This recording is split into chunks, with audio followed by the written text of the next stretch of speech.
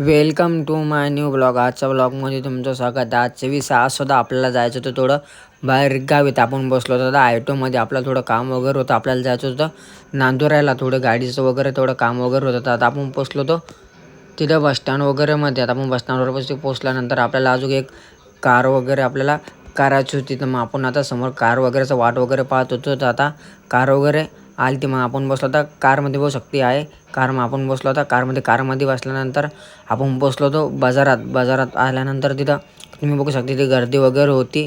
त्याच्यानंतर मग आपल्याला अजून तिथलं थोडं सामान वगैरे घ्यायचं होतं. तर आपल्याला काम वगैरे होतं. आपले मित्र पण आपल्यासोबत तिथं बोलत वगैरे होते. मग बघू शकतो काका वगैरे कसे गाडी वगैरे कसे चालू तुम्ही बघू शकता. 120च्या स्पीडमध्ये ते गाडी वगैरे इथं चालू होतं. मग त्याला तिथं समोर अजून गेल्यानंतर मी बघू शकतो लोकांनी इकडं कसं पूर्ण ढगाळ वातावरण वगैरे पण होतं. असं वाटत होतं की पाऊस वगैरे पण तिथे येईल. तर मग त्याला टाकायचं होतं डिझेल. तर मग ते आता तिथे डिझेल वगैरे भरल्यानंतर आपण आता पोचलो होतो तिथं इनके शोरूममध्ये. आपल्या शोरूममधून थोडं काम वगैरे होतं. आपल्यातून गाडी वगैरे तिथं आणायची होती. तर मग आपल्याला थोडा पहिलं आपल्याला नाश्ता वगैरे पण करायचं होतं. मग आपण जायचं होतं आपल्याला हॉटेलपाशी. तुम्ही बघू शकता की आपण चाललो होतो आता हॉटेलपाशी आल्यानंतर पण इथं पण थोडं वातावरण वगैरे असं होती की पाऊस वगैरे यायची शक्यता जास्त वगैरे होती. ना मग पहिलं आपल्याला जायचं होतं नाश्ता दुकान वगैरे तिथे नव्हतं. आसपास आपल्या समोरून नाश्ता वगैरे करत होतो. आपण आता आलतो नाश्त्याच्या दुकानवर. मग आपण इथून नाश्ता वगैरे केल्यानंतर मग आपण घेतली की आपला मित्र वगैरे गाडी होती तिथे आणली होती. मग आपल्या मित्रांनी गाडी वगैरे घेतली. आपण निघलो होतो आता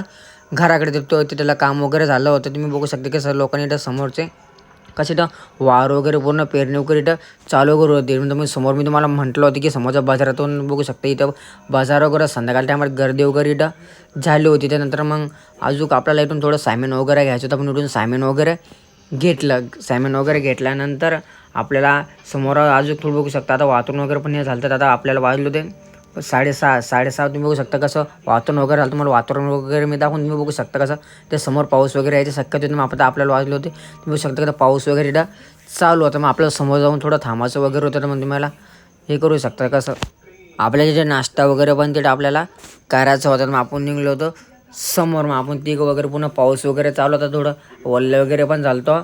आणि तर मग आता आपण चाललो होतो समोर. मग समोर गेल्यानंतर आपला घाट वगैरे पण तिथं पार वगैरे करायचं. मग साईडला पेट्रोल पंप वगैरे होतं. मग आपल्या तिथे करत होता थोडा आराम. मग आपण तिथे आराम वगैरे केल्यानंतर आपण निघलो होतो आता 120च्या स्पीडनं बुलढाण्याकडे. तर आपण आता आलो अर्धा घाट वगैरे आपण पार वगैरे केला. तर मग अजून आपल्याला थोडं अजून भीती वगैरे पण वाटत. पूर्ण अंधार वगैरे पण होता तिथं समोर.